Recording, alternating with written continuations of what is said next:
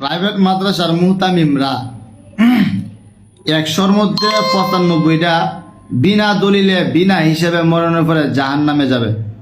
না আমার কথা না, যারা শিক্ষকতা করে এদের একটা গ্রুপ আছে, খেদমত দিচ্ছে ও নিচ্ছে বাংলাদেশ সেন্টার, প্রায় ওইখানে 80 থেকে 85 হাজার মুআল্লিম আছে। ওনাদের বক্তব্য মানে এদের ব্যবহার আচরণ এত খারাপ, মানে ওরা নিজে তো মানুষ নাই, ওরা মাদ্রাসার যে শিক্ষকগুলা থাকে, নুরানি শিক্ষক, সাধারণ যে শিক্ষকগুলা থাকে, ওদেরকে ওরা মানুষই মনে করে না। মনে করে যে 10,000 টাকা দিছে, সে ওদেরকে কিনে নিছে। টয়লেট করার পরে যে হসে বা ফানিল বাংলা ভাষা যেটা যদি পারতো ওই শিক্ষকরা দিয়া ইটাও করাইল।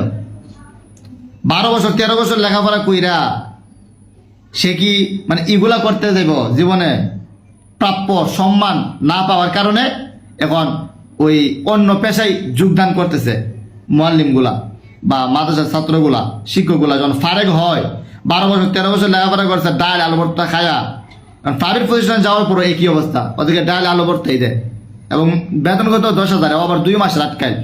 এগুলা করলে কেউ যেমন থাকবে। আর মানসিকভাবে টর্চার যা বলার বাইরে। ওদের মুখের ভাষা আচরণ এত মধুর, আমি মনোমুগ্ধ। আর তো অবাক